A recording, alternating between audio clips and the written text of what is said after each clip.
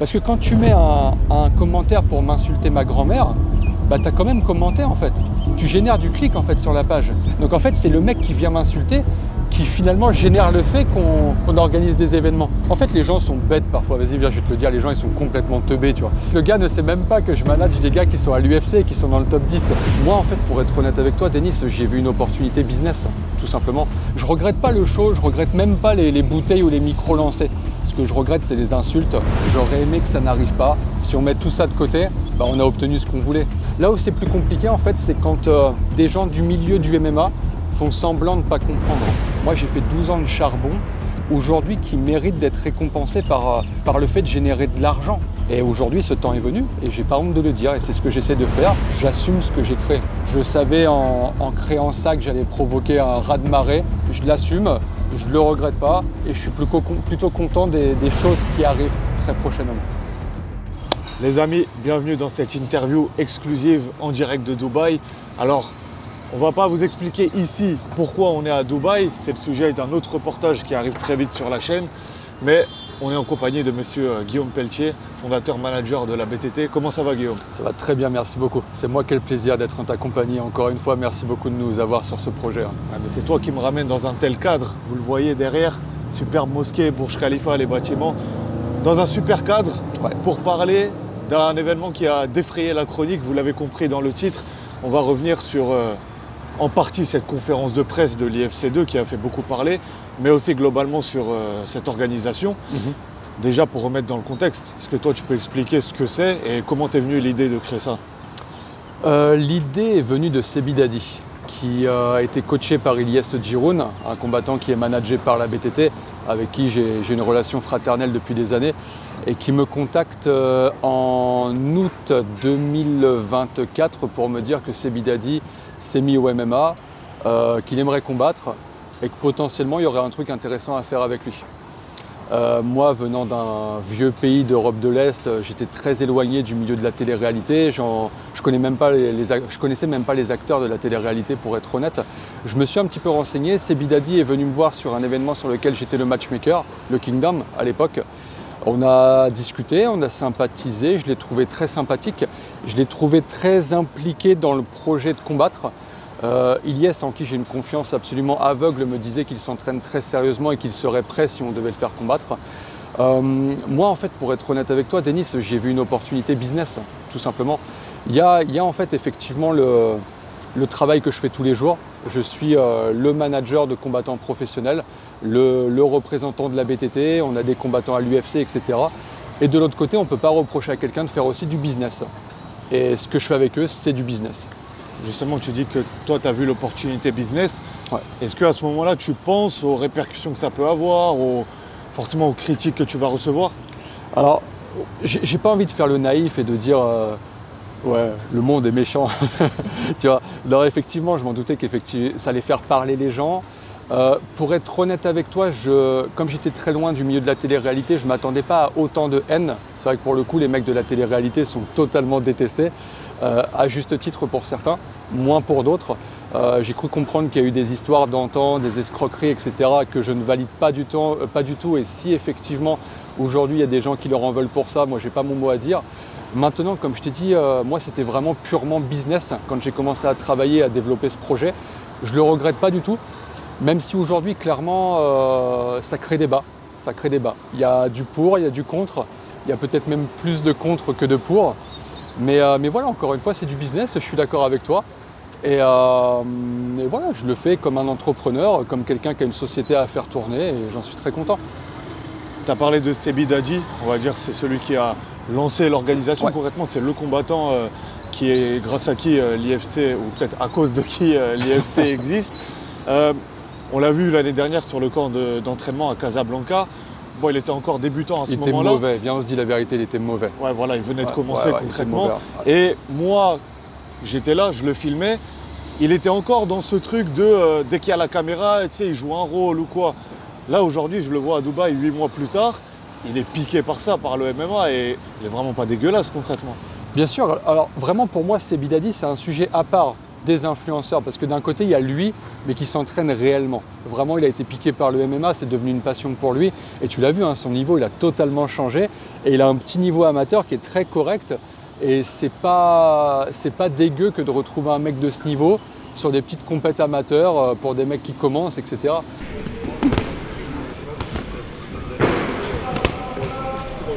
Elle attaque en 2 temps. 1, voilà. Et tu repars sur le 1-2 une fois qu'il a bougé. C'est bien. Il y a beaucoup de choses derrière le corps. Attention, Guillaume, il va te couvrir. Allez. Ouais, super, tu vois. Si toi tu restes comme ça passif, tu peux pas. Tu dois lancer ton bras. Lance, t'es pas obligé de toucher son visage, touche ses gants, touche son buste, touche quelque chose. Sinon, t'as pas de distance, c'est pas où t'es. C'est comme si t'étais dans l'air, tu vois. Allez, vas-y, touche ses gants au moins. Mets déjà sur ses gants. Cherche le contact. Voilà, merci. C'est parfait mon corps. Là, c'est beaucoup mieux. Relance, bien. Et encore après ça.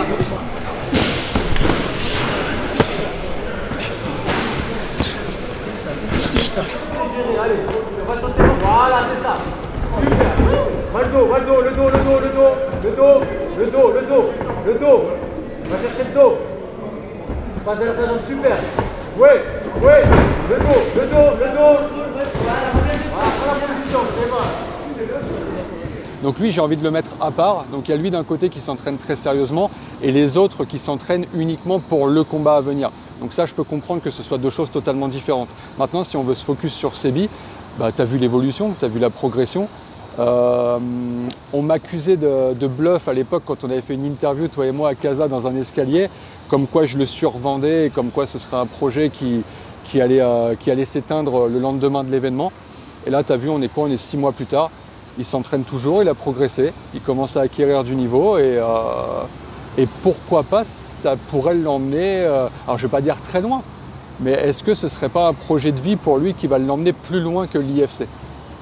Quand on voit comment Sebi a pris au sérieux la chose, comment il s'entraîne, quand tu vois le monde que tu as ramené sur la conférence de presse de l'IFC 2 et comment c'est parti en cacahuète, est-ce que tu ne trouves pas que ça a gâché un peu ce que Sebi a essayé d'amener, le sérieux qu'il a ramené? Bien sûr. En fait, moi, je te rejoins parfaitement là-dessus. On s'était même parlé après la conférence de presse. Moi, j'étais hyper mal à l'aise. Je ne savais plus où me mettre à la conférence de presse. C'est parti beaucoup trop loin. Même toi, un petit peu gêné, tu m'as dit je ne sais pas trop ce que je vais faire des images. Ouais, je t'ai envoyé un message directement quand je suis rentré après la conférence de presse. Dès que je suis rentré, voilà, comme toi, j'étais mal à l'aise de ce qui s'est passé. Et je dis franchement, je ne sais pas si je vais poster quoi que ce soit, des images. C'était n'importe quoi concrètement. Et qu'est-ce que je t'ai répondu à ça? Que tu étais d'accord. Que j'étais d'accord, que ça allait beaucoup trop loin. Maintenant, si tu veux, après le succès du premier événement, il y a beaucoup de mecs, beaucoup d'influenceurs qui veulent participer au deuxième. Moi, je me suis dit, évidemment, il faut qu'on fasse les choses de façon plus grande. On a pris une grande salle et on voulait faire potentiellement que des combats d'influenceurs, chose qu'on peut faire parce que énormément d'entre eux veulent être sur la carte. Maintenant, ça reste des personnes à risque, entre guillemets, si tu vois ce que je veux dire. Avant même d'être là pour le sport, ils sont là pour le show. Donc tu sais, quand tu en as deux, comme Ilan et Sebi, tu l'as vu sur la première édition, ça peut péter à tout moment. Mais quand au lieu de 2, tu en as 20, c'est un cocktail explosif et réunir tout ce beau monde au sein d'un même endroit, tu sais que ça peut partir à n'importe quel moment et malheureusement c'est parti, malheureusement c'est allé trop loin, malheureusement c'était assez incontrôlable. Je regrette pas le show, je regrette même pas les bouteilles ou les micros lancés. Ce que je regrette c'est les insultes. De toute façon c'est pas un discours que tu entends dans ma bouche, tu m'entends très rarement être vulgaire, c'est pas la façon dont je m'exprime. J'aurais aimé que ça n'arrive pas, c'est arrivé, il faut l'assumer. Maintenant si j'ai envie de me défendre d'une façon assez lâche, je te dirais que ça arrive partout, notamment à l'UFC. On a pu voir des propos racistes, communautaristes, des insultes absolument incroyables. Voilà, tu sais que quand il y a cette rivalité et quand il y a ce combat à venir qui génère du stress et de l'adrénaline, malheureusement ça peut péter à tout moment et ça a pété quoi. Tu as évoqué le fait que vous aviez 2 influenceurs à la première édition. On est passé à 8 combats d'influenceurs à la deuxième. C'était trop concrètement? Est-ce que vous vous êtes enflammé à vous dire on va mettre une carte full influenceur? Pour être honnête avec toi, je dirais pas que c'était trop, tu sais. Moi, je suis parti sur ce côté un peu provoque. Regarde le premier événement, on avait fait un combat de slap fighting. Je sais que ça a fait beaucoup parler et c'était vraiment l'objectif. Et l'objectif, c'est de je dirais pas de scandaliser. L'objectif, c'est de créer du contenu qui va péter Internet. Alors, en fait, résultat, c'est ce qu'on a fait. En fait, je ne sais même pas si je dois te dire que je regrette d'en avoir mis autant, parce que la séquence, ça reste une séquence culte. Et voilà, encore une fois, vraiment, ce que je regrette, c'est la vulgarité. Si on met tout ça de côté, on a obtenu ce qu'on voulait. Et tu sais, c'est très injuste quand je vois les commentaires en mode « ouais, c'est scénarisé, tout ça », parce que s'il y a un mec qui sait bien que c'est pas scénarisé, c'est bien toi. T'as vu ma tête, comment je savais plus où me mettre. C'est triste de se dire ça, mais ça reste malgré tout la réalité. Aujourd'hui, un événement d'influenceur génère plus de clics et de vues qu'une pesée ou qu'un combattant de l'UFC qui va combattre ce samedi soir, quoi. Donc, il y a beaucoup de critiques autour de ça, mais force est de constater que ça clique. Tu l'as dit, d'un point de vue business, c'est un succès énorme. Maintenant, y a les critiques qui sont venues derrière sur les réseaux.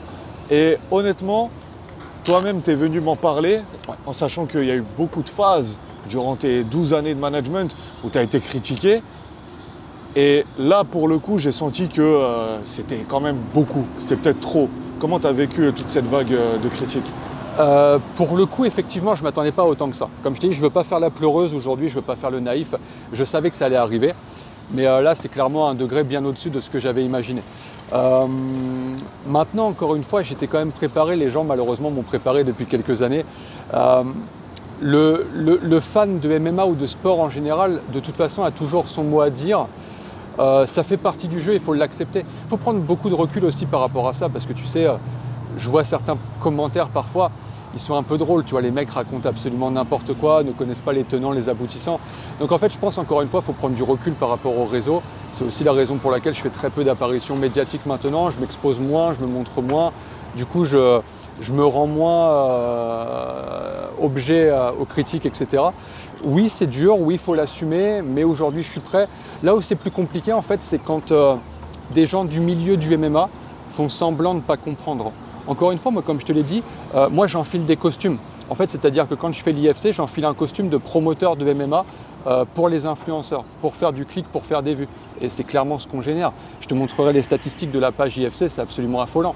Et le soir, je retire mon costume, j'en enfile un autre. C'est celui de manager de combattant et je le fais parfaitement. Et je pense que ma société se porte très bien et je pense que les résultats de la société sont très bons. Encore une fois, il ne faut pas tout mélanger. Je vais essayer de te prendre les commentaires qui reviennent le plus couramment. C'est triste de donner leur chance à ces mecs-là quand on sait qu'il y a des amateurs qui s'entraînent très dur tous les jours. Je comprends. Et le manager est d'accord avec ça. C'est triste. On met le manager de côté. Cette fois, le promoteur vient et te dit « Bah oui, je comprends, mais l'amateur dont tu me parles là tout de suite qui s'entraîne très dur tous les jours, quand il va combattre, il génère quoi ? Il génère combien de ventes de pay-per-view ? Il génère combien de ventes de tickets ? Il génère combien de personnes qui vont regarder l'événement grâce à lui ? Zéro. Il y a une réalité en fait qu'on ne peut pas contourner, c'est celle des chiffres. Et en fait, c'est ça être un businessman. Tu vois ? Il y a l'amoureux du sport d'un côté, il y a le businessman de l'autre. Il ne faut pas tout mélanger. Et moi, j'ai appris à séparer les deux. Et je fais mon business avec ces mecs-là. Et j'ai fait une remarque une fois, on l'a beaucoup sorti de son contexte. J'ai dit, il vaut mieux que ce soit un mec comme moi qui organise que quelqu'un d'autre. Ce que je voulais dire par là, c'est qu'il vaut mieux que ce soit un gars comme moi, du MMA, issu du MMA, qui le connaît très bien, qui fait ça depuis 12 ans. Parce que les gens qui me critiquent pendant ce temps-là, ils n'étaient pas là il y a 12 ans, tu vois, quand moi j'ai commencé, que je travaillais à perte, tu vois. Donc voilà, encore une fois, il faut vraiment bien séparer l'un de l'autre et c'est ce que j'ai appris à faire. Aujourd'hui, oui, je suis sous les feux des projecteurs, je suis critiqué, mais je l'assume très bien et je continue mon boulot. Et en vrai, tout va très bien pour moi. Regarde, on n'est pas bien là. Tu as parlé du fait qu'il y a 12 ans, personne n'était là, quand toi tu travaillais à perte, que tu faisais des camps pour justement mettre en valeur les amateurs, que tu me le disais par message concrètement, que tu mangeais des cailloux à une époque. Toi, est-ce qu'aujourd'hui, tu te lances dans des business comme ça aussi pour fructifier tout ce travail de 12 ans ? Absolument. Le MMA, on va se le dire, aujourd'hui, il y a de l'argent qui est injecté dans le MMA. Mais ça n'est pas suffisant pour faire vivre le combattant et tout son entourage. Un manager, clairement, s'il n'a pas une société très développée, ne vit pas du management. Je pense même qu'aujourd'hui en France, on est les seuls à vivre exclusivement du management. C'est quand même une statistique qui est incroyable. La Bulgarian Top Team est la seule agence qui vit exclusivement du management. Donc tu te dois un moment de rentabiliser tout ce que tu as fait. Comme là, tu disais, ça fait 12 ans que je suis dans le milieu, les gens critiquent, mais comme je l'ai dit en story récemment, où étaient les gens quand moi, par exemple, je finançais les déplacements de Fares Ziam pour aller à l'European Beatdown, quand j'accompagnais Yanis Guimouri pour aller en Ukraine et que je payais moi-même, quand j'étais dans le coin d'Abdul Abdouragimov, à l'époque où les gens ne le connaissaient même pas. Ces gens-là n'étaient pas là, en fait, si tu veux. Moi, j'ai fait 12 ans de charbon, aujourd'hui, qui méritent d'être récompensés par le fait de générer de l'argent. J'ai acquis un savoir au fur et à mesure des années, et ce savoir-là, je me dois de le rentabiliser. Et aujourd'hui, on est dans une période qui est charnière, où on est dans une transition où ça commence à faire de l'argent dans le MMA, mais pas suffisamment. Moi, je ne suis pas là pour encore les 20 prochaines années. Aujourd'hui, il est temps que je rentabilise tous les efforts que j'ai faits, toutes les fois où j'ai mangé des cailloux, comme tu disais. Et aujourd'hui, ce temps est venu et j'ai pas honte de le dire. Et c'est ce que j'essaie de faire. J'essaie de générer un petit peu d'argent avec le savoir que j'ai acquis durant ces dernières années. Justement, est-ce que tu trouves ça triste ou déplorable qu'il faille créer des événements d'influenceurs pour pouvoir vivre du management? En fait, non, je trouve pas ça triste parce que j'ai une info de ouf à te donner. Il y a une top orga, une des 3 plus grosses organisations au monde de MMA, qui très prochainement va se mettre au combat d'influenceurs. Donc, de toute façon, ça se serait produit, Guillaume Pelletier ou pas Guillaume Pelletier, de toute façon, ça serait arrivé des combats d'influenceurs. Donc, est-ce que c'est triste? En fait, Denis, moi, je ne suis pas issu de la télé-réalité, je ne suis pas issu de l'influence. Encore une fois, je suis dans un pays très retranché en Europe de l'Est. Mais force est de constater qu'aujourd'hui, ça fonctionne, tout ce qui est autour de l'influence. Comme je te dis, aujourd'hui, une top orga va faire combattre des influenceurs. C'est parce que ça fonctionne.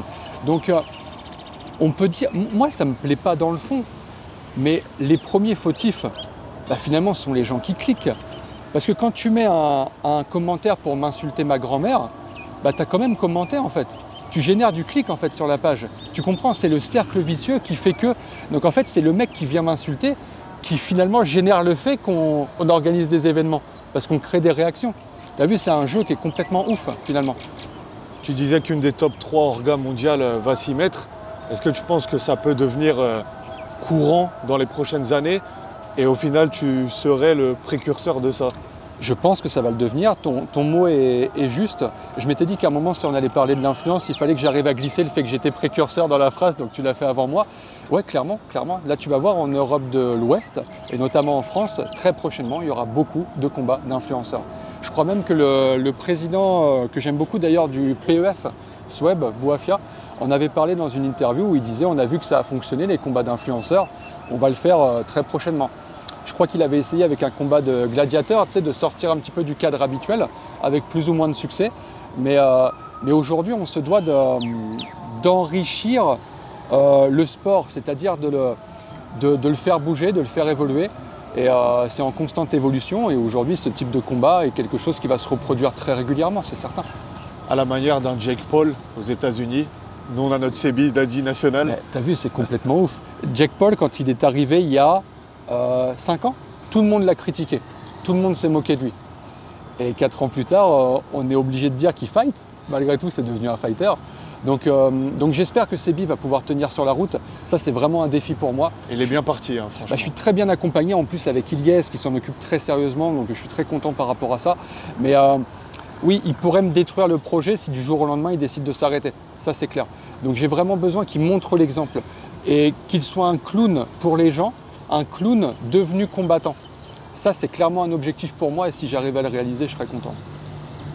Après cette conférence de l'IFC 2, il y a quelques combattants qui se sont désistés, je crois. Est-ce que tu peux dire qui ou pas encore et pourquoi ils se sont désistés? Moi, je pense, malheureusement, sans citer de nom, je pense que certains ont profité de la conférence de presse pour créer du contenu. Ça a été un petit peu malhonnête de leur part parce que, en fait, le discours qu'ils ont en privé avec moi, ça, c'est ce que je reproche à beaucoup. Sebi, il est nature peinture. Tu le vois tous les jours à la salle, il est réel. D'autres mecs qui se sont désistés ont un discours très différent en public de ce qu'ils me disent à moi en privé. Ça, je le regrette un petit peu. Tu prends un mec comme Zoubir, par exemple, je crois que la vidéo de son désistement est la vidéo qui a le plus buzzé depuis ces 5 dernières années. Il n'a jamais fait autant de vues. Donc, je le regrette un petit peu parce que les excuses ne sont pas les bonnes si on prend l'exemple de Zoubir. Et je lui ai dit en privé, donc c'est pour ça que je peux le dire ici. C'est un gars qui a reproché que c'était trop vulgaire et trop intense et trop brutal. Et en fait, c'était trop tout en fait. Sauf qu'en fait, c'est lui qui a fait dégénérer la conférence de presse. Il a commencé à insulter Marvin, à le menacer. Donc en fait, tu ne peux pas d'un côté reprocher ce que tu as toi-même créé. Tout comme moi, aujourd'hui, tu l'as vu en introduction, on a parlé de ce qui s'est passé à la conférence de presse. Je ne peux pas reprocher ce que j'ai moi-même créé. Donc je l'assume. Je ne suis pas fier de tout. Il y a des choses qui sont un petit peu hors de mon contrôle et c'est regrettable. Mais j'assume ce que j'ai créé. Si tu devais refaire cette conférence de presse, tu la referais pareil ou tu changerais? Si je devais refaire la conférence de presse, je brieferais beaucoup mieux les combattants avant de la faire. Là, j'ai parlé vaguement avec eux, rapidement, je les ai réunis.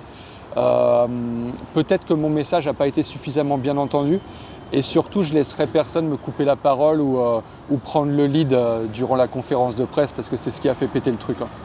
Et ce que tu me disais ici à Dubaï il y a quelques jours, tu ne peux pas savoir ce qui se passe réellement dans la tête des gens et les combattants que tu as ramenés, concrètement ils t'ont peut-être dit qu'ils étaient chauds pour combattre, qu'ils voulaient absolument faire ça et qu'au final ils venaient gratter leur buzz, quoi, c'est tout. Malheureusement tu n'as jamais le contrôle, tu sais c'est des mecs qu'on ne connaît pas beaucoup. Je pense que malheureusement, certains sont venus gratter leur buzz et ça, c'est regrettable. Et aujourd'hui, c'est pareil chez les médias. Tu as beaucoup de critiques au sein du MMA français dans les médias, mais malgré tout, tout le monde en parle de l'événement. Donc voilà, c'est un sujet d'actualité, c'est un sujet dont on parle. Donc forcément, il faut s'attendre à ce que des gens critiquent ou à ce que des combattants nous plantent comme c'est arrivé. On sait que c'est un sujet critique. J'ai d'ailleurs été attaqué très récemment à cause de ça. Il y a une page... je ne vais pas la citer, il y a une page anonyme qui a été créée. Aujourd'hui, en fait, c'est la mode des pages anonymes qui se crée. Le problème des pages anonymes est que ça permet aux gens de dire ce qu'ils veulent sans en assumer les conséquences. Et ces dernières semaines, ce qui, moi, m'a vraiment touché de façon très personnelle, c'est qu'il y a une page qui m'a vraiment attaqué injustement, Maître Flutier, voilà, pour tout te dire. Tu vois, je voulais pas le dire, mais ils m'ont fumé, mais en disant des choses fausses. C'est ça, en fait, qui est regrettable. Moi, je les ai contactés, on a discuté, eux et moi. Et en fait, si tu veux, aujourd'hui, on peut dire tout et n'importe quoi sur les gens. Et c'est ça qui me pose problème, c'est qu'on n'a plus besoin de prouver ce qu'on dit. Et là où vraiment ça m'a touché, pour finir mon propos, c'est quand j'ai découvert que derrière cette page, c'était des gens que je connaissais, qui a priori sont mes amis. Voilà. Et qui, en plus de ça, organisent un podcast de façon quasiment quotidienne qui fonctionne très bien. Donc le fait de se cacher derrière une page comme ça, anonyme, lâchement, j'ai trouvé ça très moyen. Donc encore une fois, je vais finaliser sur le milieu du MMA. Je le considère comme une grande récré dans laquelle on crée des amitiés. Tu as vu toi et moi aujourd'hui, il y a Steven là, qui est derrière la caméra, qui est mon bras droit avec qui je m'entends très très bien. Mais on a aussi malheureusement de grosses déceptions. C'est juste le reflet du quotidien, de la vie de tous les jours. C'est pas un cas isolé dû au MMA. La vie, elle est ainsi faite. Il faut en assumer les conséquences, que ce soit les critiques, que ce soit les joies, les peines. Voilà, c'est ce lot de sentiments qui sont mélangés dans le MMA. C'est un peu poussé à l'extrême parce que ça génère beaucoup de réactions, le MMA. Mais voilà, encore une fois, ça sera le mot de la fin, c'est qu'il faut assumer ce qu'on a provoqué. Je savais en créant ça que j'allais provoquer un raz-de-marée. C'est ce qui est en train de se produire. Je l'assume, je ne le regrette pas et je suis plutôt content des choses qui arrivent très prochainement. Ce qui arrive prochainement, c'est dans 2 semaines, du coup, l'IFC 2, le 3 mai, c'est maintenu, en tout cas, il n'y a pas de problème. Ah, bien sûr, l'événement est maintenu, tout se passe très très bien, la vente de tickets, tout se passe très bien. On va d'ailleurs lancer très prochainement la propagande sur le pay-per-view. On aura des très beaux combats. On est déjà en train de préparer l'IFC 3, qui aura lieu en France, en région parisienne. Donc, non, le projet, tu m'as connu, Denis, dans les débuts, à l'époque où la BTT ne générait pas d'argent, où on galérait. Moi, si je me lance dans quelque chose, c'est pas pour l'arrêter du jour au lendemain. Ce projet, on l'a créé, ce projet va vivre pendant très longtemps. Donc, je conseille à tout le monde de l'accepter, parce que c'est un truc qui va rester pendant très longtemps. Et la preuve en est, les grosses orgas vont s'y mettre très bientôt. Dernière chose, tu as juste évoqué les pay-per-view. Ouais. On n'en avait pas parlé en interview, mais le premier UFC a été un succès énorme sur les pay-per-view. Tu as les chiffres? En fait, on a fait 33 000, je ne sais plus combien, 400 ou 500 ventes. Là où je crois que le pay-per-view Ngannou contre Ferreira, c'est ça? Au PFL, au PFL, a généré, je crois, 10 000 ventes. Donc en fait, tu vois, c'est ça le paradoxe, c'est que les gens te fument, mais d'un côté, les gens achètent. En fait, tu comprends à quel point il faut se tordre le cerveau pour comprendre. Là, c'est une vraie question que je te pose. Est-ce que tu comprends la philosophie humaine? Le mec déboîte des choses mais il a cette curiosité de regarder. Tu sais, c'est la même chose pour moi sur certains contenus que je fais. Ouais. Quand c'est des contenus, on va dire, bons avec des combattants lambda, il y a très peu de commentaires. Dès que c'est un truc où quelqu'un est arrogant, je pense à Bakary Samake qui a combattu hier soir. Félicitations à lui. J'ai sorti, félicitations Bakary, mon frérot. J'ai sorti un reportage avec lui et Bakary, forcément, a une manière de s'exprimer. Il est très confiant et il l'affiche, tu vois. Ouais, voilà, charismatique. Et il y a énormément de commentaires sur la vidéo, la plupart qui viennent le critiquer sur sa difficulté à s'exprimer. Et encore, il s'est beaucoup amélioré sur ça. Mais voilà, les gens le traitent d'arrogant, les gens veulent le voir tomber, veulent le voir chuter. La réalité, c'est qu'aujourd'hui, il se rapproche du top mondial, que l'année prochaine, il aura sûrement une chance mondiale à 21 ans, ce qui n'a jamais été fait, je pense, en France. C'est incroyable. Donc voilà, moi aussi, je le vois sur mes vidéos, et toi, je pense que ça a été décuplé ou multiplié par je ne sais combien sur l'IFC. Là, tu viens de m'ouvrir une porte. Tu as vu ce que tu viens de dire? Bakary Samake, combattant incroyable, le meilleur combattant qu'on ait français actuel. Le mec se fait fumer dans certains commentaires. Donc en fait, si tu veux, aujourd'hui, il faut accepter que ça fait partie des temps modernes de se faire fumer quoi que tu fasses. Le mec, lui, tu as vu, c'est un vrai sportif qui met des KO, qui aujourd'hui, il fait partie des meilleurs mondiaux. Il arrive à se faire critiquer. Donc en fait, si tu veux, ça fait partie de la vie maintenant. Il faut l'accepter. Les critiques font partie des choses. Je m'en plains pas. Voilà, encore une fois, je m'en plains pas. C'est comme ça. Acceptons la façon dont le monde tourne à l'heure actuelle. S'il tourne de cette manière, c'est à nous de s'intégrer et il n'y a pas de souci. Et on remercie tous les gens qui commentent et qui disent du bien ou du mal. Il n'y a pas de problème. Et juste, tu le disais tout à l'heure, tu sépares les deux activités promoteur-manager. Est-ce que tu penses que ton activité de promoteur à l'IFC peut impacter ton activité de manager ou vraiment c'est les deux séparés? Pas du tout. En fait, les gens sont bêtes parfois. Vas-y, viens, je vais te le dire. Les gens, ils sont complètement teubés, tu vois. Une fois, j'ai un commentaire qui disait ce mec est complètement con. Il serait incapable de manager un combattant de MMA. En fait, le gars ne sait même pas que je manage des gars qui sont à l'UFC et qui sont dans le top 10. Donc en fait, non, moi, je ne pense pas que ça va m'impacter parce que les deux choses sont bien distinctes, en fait. Tu vois, je fais les choses bien de façon séparée et il n'y a aucune raison que ça impacte parce que, en toute franchise, la BTT, elle tourne bien. Le travail, il est fait.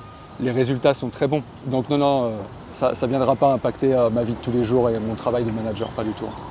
Preuve en est, ce camp d'entraînement, le dernier, j'imagine, fonctionne très bien. On a un bon petit groupe. Restez branchés sur la chaîne parce que très rapidement, on vous envoie la semaine avec Guillaume Pelletier ici au camp d'entraînement à Dubaï avec plein d'activités en dehors de la salle. C'est une excellente semaine. On est le dernier jour, là, dans même pas 2 heures, il y a les combats. Donc on va voir comment ça se passe. Satisfait de ce camp? Superbe, c'était génial, hein. Comme on l'a dit en introduction, le fait d'avoir moins de monde sur ce camp a fait que tu as vu, on est beaucoup plus proches. Même toi, tu les connais tous, tu connais tous leurs prénoms, leur parcours, etc. Donc non, ce camp était vraiment super. On espère qu'il va bien se terminer, comme tu l'as dit, dans 2 heures, les combats. Voilà, c'est toujours un moment charnière. C'est un peu différent, ils savent qu'on va les regarder, ils ont un petit peu de pression, etc. Mais non, c'était très cool. Le cadre est idyllique, la salle est incroyable. Mounir Lazez nous a accueillis dans sa salle, le 971 MMA et Fitness. La salle est exceptionnelle. Mounir est super gentil. Les gens de la salle, le personnel, les sparring, etc. Enfin, tu vois, ça se passe super bien. Le cadre est génial. La ville est exceptionnelle. Kamel Tatouage qui est venu nous aider, qui nous a donné de la force, etc. Les mêmes coachs que d'habitude. Ilyes qui est venu nous aider, le prépa physique. Ilyes Djiroun cette fois-ci en tant que capitaine. Baris Adiguzel. Mon poteau Steven qui est là, toi qui es ici, et sans oublier la marque Fight Art qui a équipé les combattants et qui nous a fait des produits vraiment exceptionnels. J'en parlerai plus longuement, il y a une grosse collab là, qui est en train de se préparer avec eux, on va en parler très prochainement. Mais tu vois, on parlait de l'argent qui est généré aujourd'hui par le MMA et qui est injecté dans le MMA. Aujourd'hui, il y a des gens qui commencent à créer des choses, des marques qui arrivent, du textile, des idées, des influenceurs. Et je pense qu'en fait, tout ça, ça fait grandir le MMA, il faut l'accepter, c'est cool. Le truc, c'est qu'ayons une direction, celle de faire évoluer le MMA, faisons-le tous ensemble et voilà, c'est cool en fait, tu vois. C'est cool, on a un métier qui est vraiment cool, on est vachement des privilégiés et ça, faut pas l'oublier. Écoute Guillaume, merci beaucoup pour cette interview. Restez branchés si vous voulez en découvrir plus sur ce camp d'entraînement, qui a priori est le dernier, mais on ne sait jamais avec Guillaume, il y a plein de projets qui arrivent. Restez branchés, ça arrive dans les prochains jours. Et puis voilà. Os. Merci Guillaume.